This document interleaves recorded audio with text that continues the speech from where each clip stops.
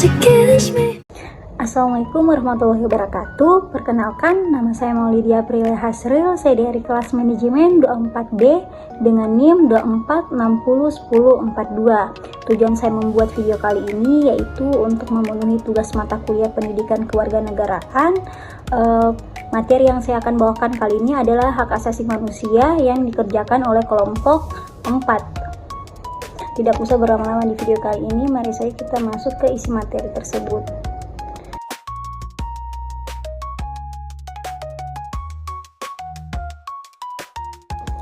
Oke, pada slide ini kalian bisa lihat pada PPT yang saya paparkan di atas. Kita akan masuk ke latar belakang. Latar belakang HAM atau hak asasi manusia adalah hak dasar yang melekat pada setiap manusia sebagai anugerah Tuhan yang harus dihormati dan dilindungi oleh negara dan masyarakat.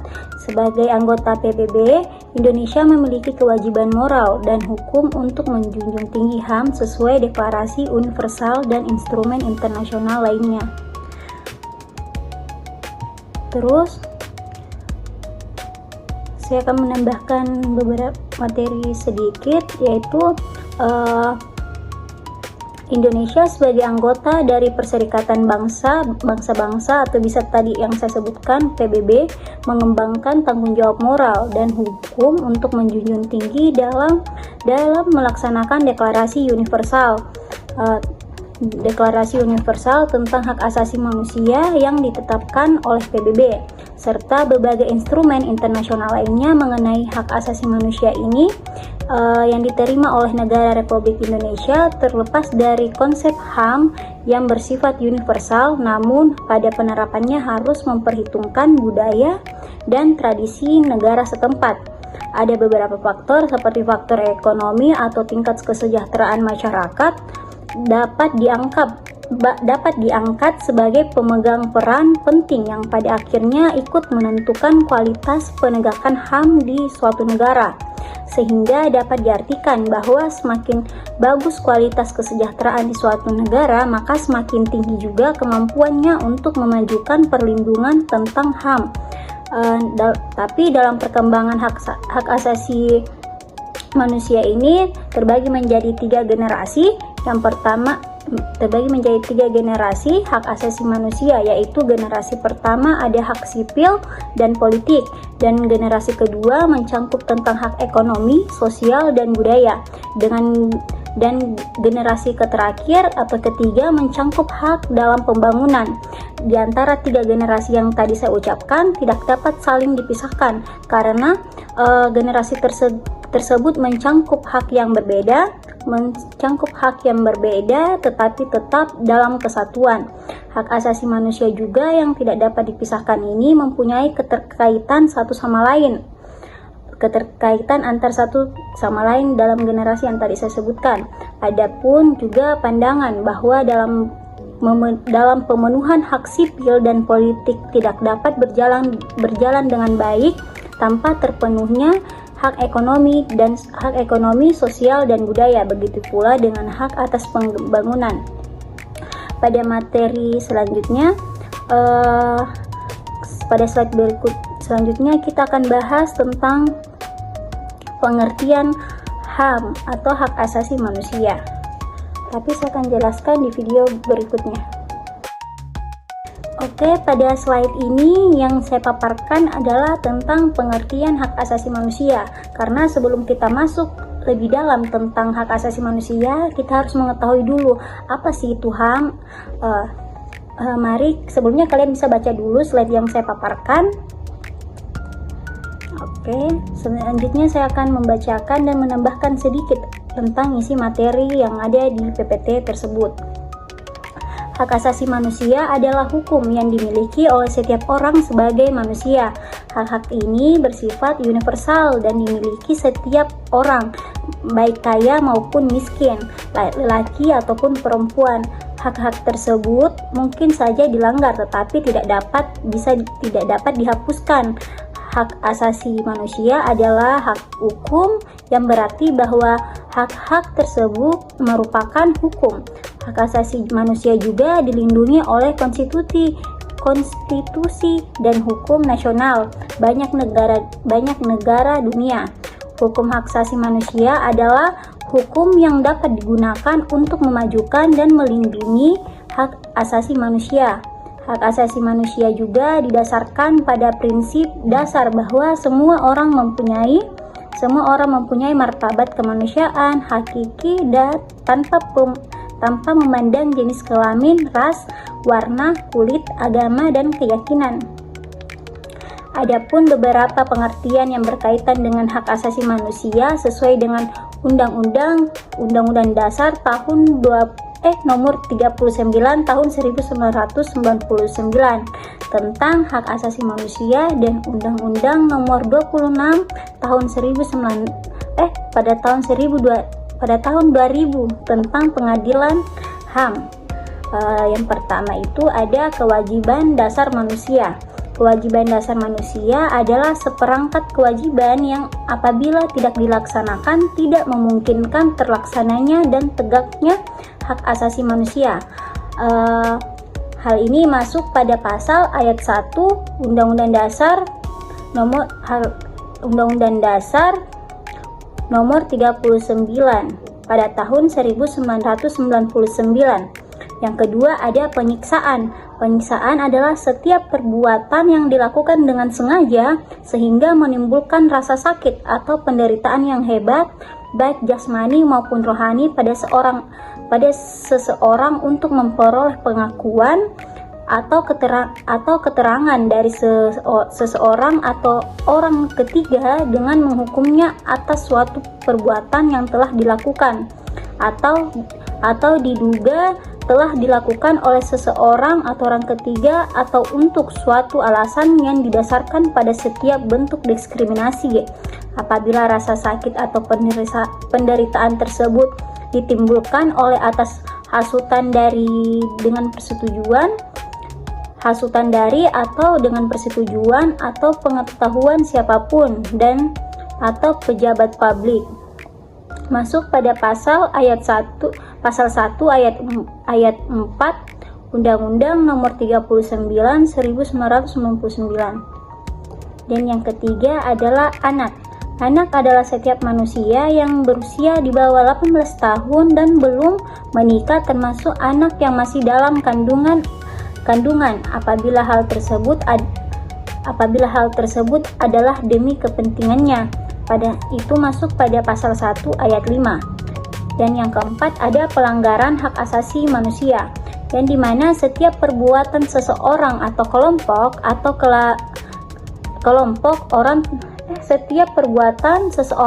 kelompok yang termaksud aparat negara baik disengaja maupun tidak disengaja atau kelalaian secara melawan hukum atau hukum mengurangi atau menghalangi, membatasi dan mencabut hak asasi manusia seseorang atau kelompok orang yang dijamin oleh undang-undang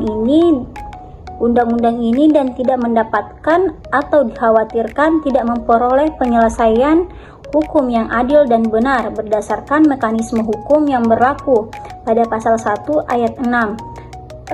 Yang kelima ada Komisi Hak Asasi Manusia atau Komnas HAM. Adalah lembaga mandiri yang berkedudukan setingkat dengan lembaga negara lainnya yang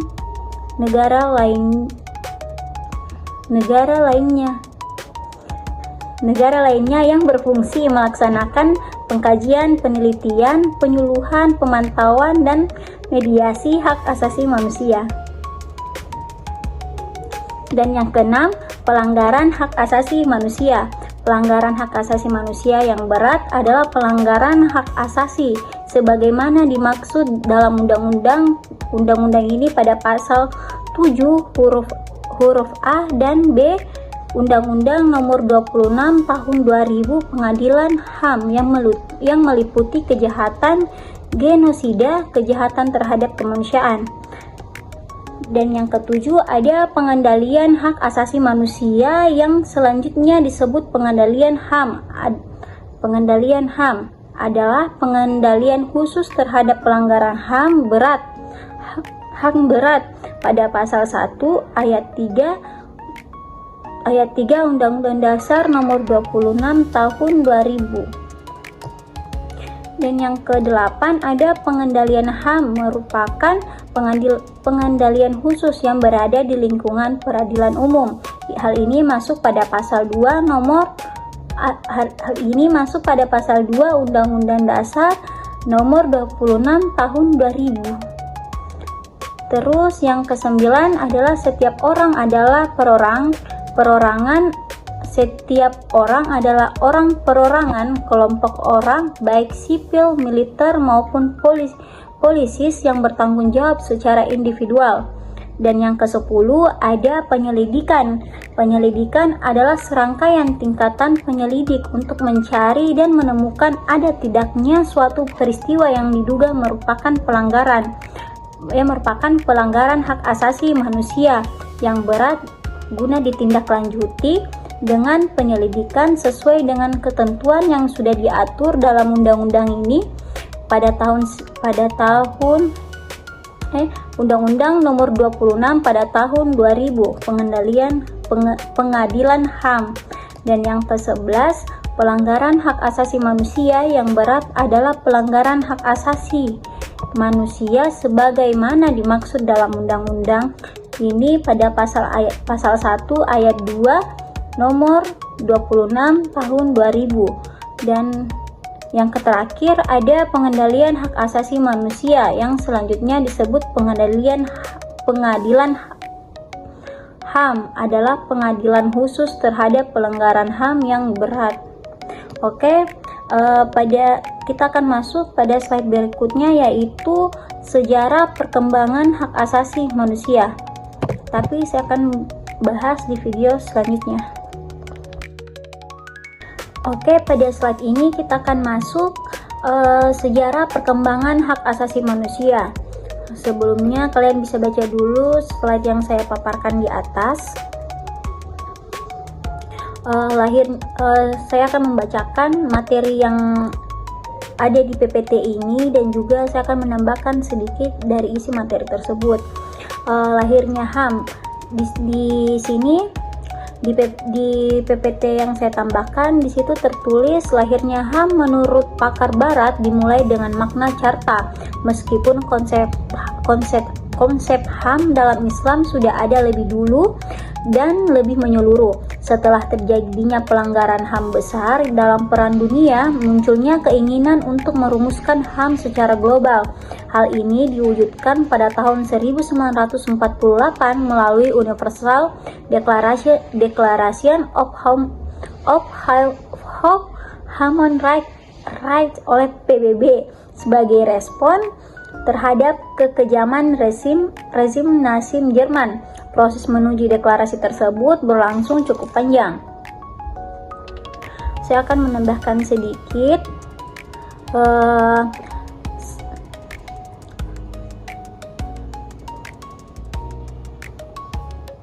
Saya akan menambahkan sedikit tentang HAM. Konsep Islam tentang HAM terlebih dahulu dikenal, bahkan dengan substansi yang jauh lebih kompresif. Setelah dunia mengalami perang dunia yang melibatkan hampir seluruh kawasan dunia, di mana hak asasi manusia pada saat itu diinjak-injak. Namun timbul keinginan untuk merumuskan hak-hak asasi manusia itu dalam suatu naskah internasional. Usaha ini baru dimulai pada tahun 1948 dengan diterimanya Universal Declaration of Human Rights yaitu tentang pernyataan sedunia tentang hak-hak asasi manusia oleh negara-negara yang tergabung dalam Perserikatan Bangsa-Bangsa. Dengan kata lain, lahirnya Deklarasi HAM Universal merupakan reaksi atas kejahatan keji manusia yang dilakukan oleh kaum sosialis nasional dan Jerman pada tahun 1933 hingga 1945. Terwujudnya Universal Declaration of Human Rights yang dinyatakan pada tanggal 10 Desember 1948 harus melewati proses yang sangat cukup panjang. Sebelum terwujudnya deklarasi tersebut, setidaknya telah lahir beberapa naskah HAM yang mendahulinya yang bersifat universal dan Asasis. Naskah-naskah tersebut meliputi, saya akan sebutkan. Yang pertama ada Magna Carta, yaitu Piagam Agung pada tahun 1215, yaitu seperti suatu dokumen yang mencatat beberapa hak yang diberikan oleh Raja John dari Inggris kepada beberapa bangsawannya atas tuntutan mereka. Naskah ini sekaligus membatasi kekuasaan Raja John yang ada di Inggris. Terus yang kedua ada Bill of Rights atau Undang-Undang Hak pada tahun 1689, yaitu suatu undang-undang yang diterima oleh Parlemen Inggris yang merupakan perlawanan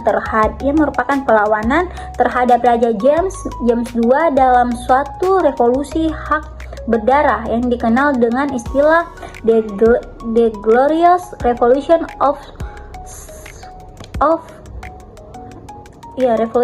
pada tahun 1688. Terus yang ketiga ada Declaration that draws the home and do Chion, yaitu pernyataan hak-hak manusia dan warga negara 1789, seperti suatu naskah yang dicetuskan pada permulaan revolusi Prancis sebagai perlawanan terhadap kewenangan rezim lama. Dan yang terakhir ada Bill of Rights atau Undang-Undang Hak, yaitu suatu naskah yang disusun oleh rakyat Amerika pada tahun 1769 dan kemudian menjadi bagian dari Undang-Undang Dasar pada tahun 1891. Oke, pada materi slide berikutnya kita akan bahas tentang prinsip-prinsip HAM. Oke, pada slide ini kita masuk pada prinsip-prinsip HAM. Prinsip-prinsip HAM yang itu mengatur bagaimana hak asasi manusia harus dihormati, dilindungi, dan dipenuhi oleh negara, masyarakat, dan individu. Prinsip utamanya yang pertama meliputi universalitas, yaitu HAM berlaku bagi semua orang tanpa kecuali. Yang kedua tidak terbagi, yaitu semua hak tidak bisa dipisah-pisahkan. Yang ketiga saling bergantung dan terkait, yaitu hak satu bergantung dan berhubungan dengan hak lainnya. Yang keempat ada kesetaraan dan non-diskriminasi, yaitu setiap orang diperlakukan setara dan adil tanpa diskriminasi. Dan yang terakhir ada tanggung jawab negara, yaitu negara wajib menghormati, melindungi, dan memenuhi HAM.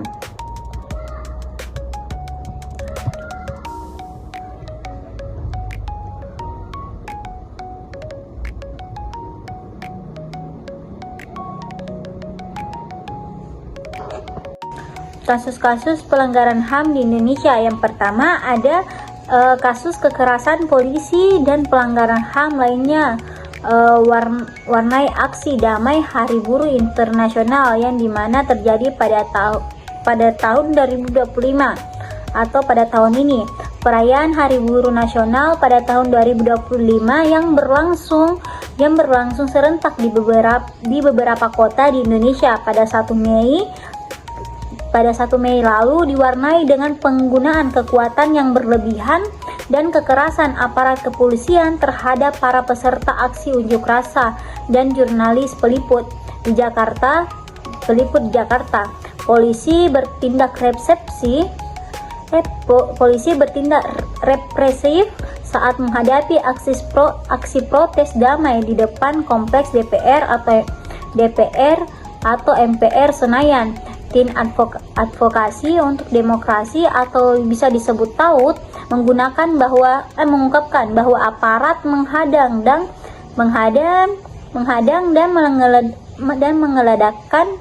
menggeledah perangkat aksi dan barang pribadi mahasiswa yang melakukan aksi di depan gedung DPR pada pagi hari. Bahkan terdapat mahasiswa yang dituduh sebagai kelompok anarko tanpa dasar yang jelas. Aparat kepolisian juga membubarkan aksi yang sedang berlangsung tanpa peringatan dan alasan yang sah menurut hukum. Sekitar pada pukul 6 aparat melakukan penangkapan yang disertai dengan kekerasan untuk membubarkan aksi tersebut. Pembubaran itu dilakukan ketika aksi dan hiburan musik masih berlangsung dengan menggunakan meriam air dan gas air mata. Oke, kita akan masuk pada slide berikutnya. Oke, pada slide ini kita membahas tentang pelaksanaan HAM di Indonesia. Kalian bisa baca dulu materi yang saya paparkan, terus saya akan menambahkan lagi sedikit dari isi materi tersebut. Pelaksanaan HAM atau hak asasi manusia di Indonesia masih menjadi isu-isu yang sangat kompleks dan belum sepenuhnya terwujud. Meskipun ada upaya untuk melindungi HAM melalui undang-undang dan lembaga yang terkait seperti Komnas HAM,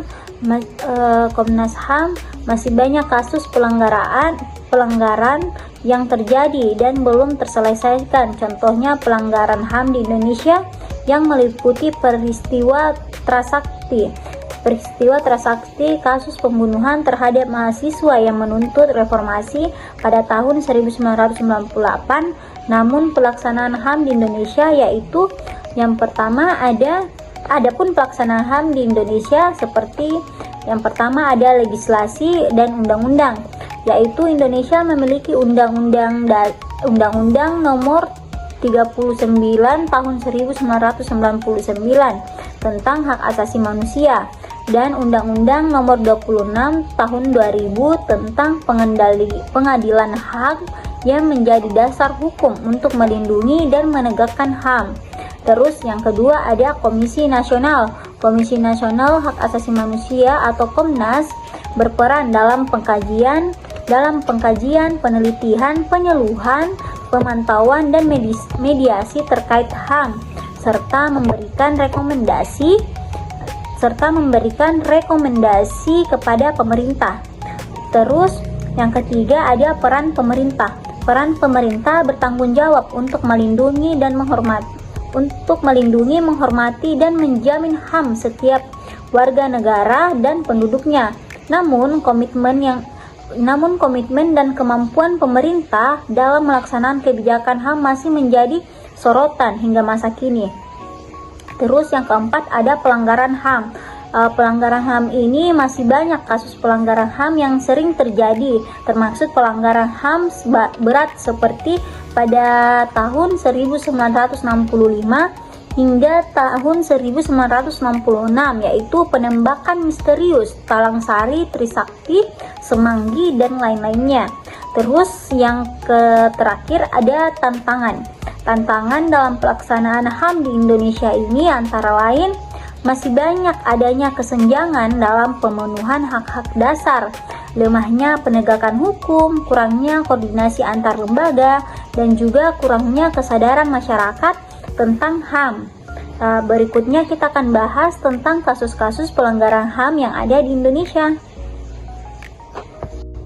Oke, sudah tidak terasa kita masuk pada slide yang terakhir, yaitu kesimpulan yang dibuat oleh penulis PPT ini, yaitu perlindungan bagi korban pelanggaran HAM berat di Indonesia sendiri sudah diatur melalui beberapa instrumen hukum nasional, mulai dari pasal 34 Undang-Undang Nomor 26 Tahun 2000 tentang pengadilan HAM, di mana berhak mendapatkan perlindungan berupa perlindungan fisik, mental dari ancaman, gangguan, teror, dan kekerasan dari pihak manapun, dan dilaksanakan oleh aparat penegak hukum dan aparat keamanan secara cuma-cuma.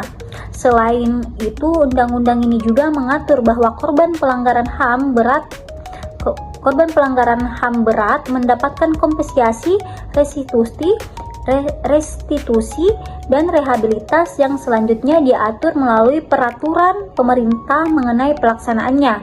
dalam perjalanan pelaksanaan perlindungan bagi korban pelanggaran HAM ini terdapat beberapa pengaturan dimulai dari tingkat undang-undang di mana dibentuk Undang-Undang Nomor 27 Tahun 2005 tentang Komisi Kebenaran dan Rekonsiliasi atau bisa disebut KKR, namun karena di dalam penerapannya dianggap lebih menguntungkan pelaku serta bertentangan dengan Undang-Undang Dasar 1945, maka aturan ini tidak berlaku lagi atau dibatalkan dengan putusan Mahkamah Konstitusi nomor 6 Undang-Undang Dasar nomor 6 2006. Untuk mengisi kekosongan Undang-Undang KKR ini dibentuk Undang-Undang Nomor 13 Tahun 2006 tentang perlindungan saksi dan korban.